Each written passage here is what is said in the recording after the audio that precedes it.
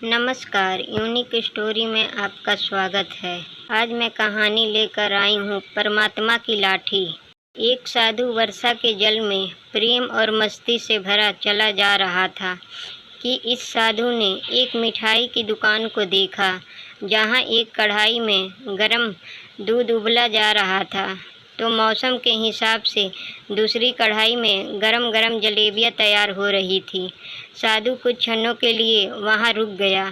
शायद भूख का एहसास हो रहा था या मौसम का असर था। साधु हलवाई की भट्टी को बड़े गौर से देखने लगा। साधु कुछ खाना चाहता था, लेकिन साधु के जेब ही नहीं तो पैसे भले कहाँ से होते। साधु कुछ पल भट्टी से हाथ सेकने के बाद वहाँ से जाना ही चाहता था कि नेक दिल हलवाई से रहा ना गया और एक प्याला गरम दूध और कुछ जलेबियाँ साधु को दे दी।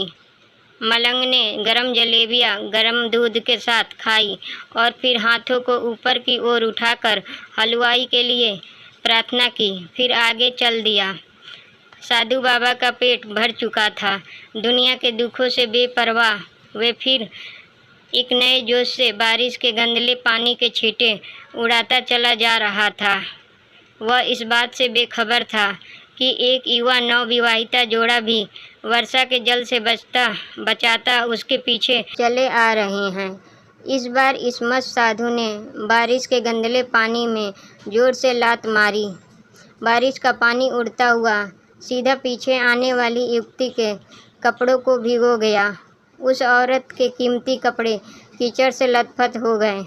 उसके युवा पति से यह बात बर्दाश्त नहीं हुई, इसलिए वह आस्तीन चढ़ाकर आगे बढ़ा और साधु के कपड़ों से पकड़कर कहने लगा, अंधा है, तुमको नज़र नहीं आता? तेरी हरकत की वजह से मेरे पत्नी के कपड़े गीले हो गए और कीचड़ से भर गए हैं।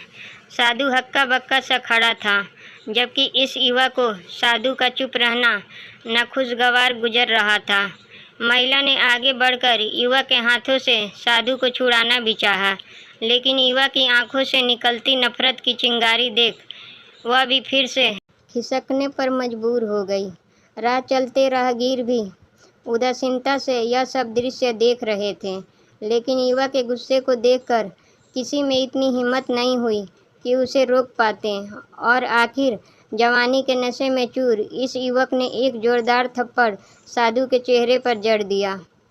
बूढ़ा मलंग थप्पड़ किताब न झेलता हुआ लड़खड़ाता हुए कीचड़ में जा पड़ा।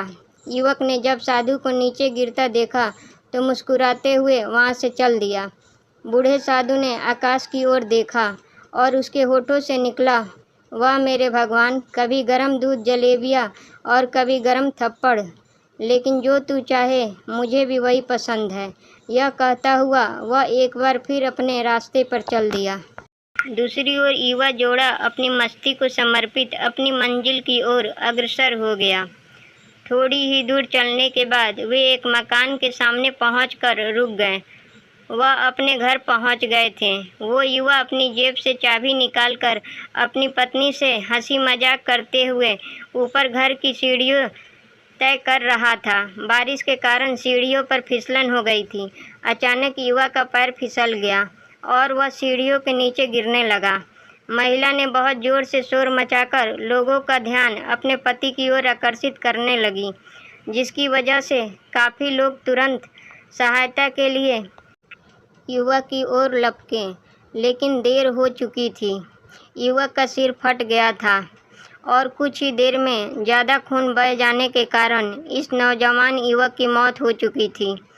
कुछ लोगों ने दूर से आते साधु बाबा को देखा तो आपस में कानाफूसी होने लगी कि निश्चित रूप से इस साधु बाबा ने थप्पड़ खाकर युवक को श्राप दिया है, अन्यथा ऐसे जवान युवक का केवल सीढ़ियों से गिरकर मर जाना बड़े अचंभे की बात लगती है। कुछ मनचले युवकों ने यह बात सुनकर साधु बाबा को घेर लिया। एक युवक कहने लगा कि आप कैसे भगवान के भक्त हैं, जो केवल एक थप्पड़ के कारण युवक को श्राप दे बैठे। भगवान के भक्त में रोष व गुस्सा हरगिज नहीं होता। आप तो जरा सी असुविधा पर भी धैर्य न कर सके। साधु बाबा कहने लगे, भगवान की कसम, मैंने इस युवा को श्राप नहीं दिया। अगर आपने श्राप नहीं दिया, ऐसा नौजवान युवा सीढ़ियों से गिरकर कैसे मर गया? तब साधु बाबा ने दर्शकों से एक अनोखा सवाल किया कि आप में से कोई इस घटना का चश्मदीद गवाह मौजूद है? एक युवक ने आगे बढ़कर कहा, हाँ, मैं इस सब घटना का चश्मदीद गवाह हूँ। साधु ने अगला सवाल किया, मेरे कदमों में जो कीचड़ उछला था, क्या उसने युवा के कपड़ों को दागी किया था?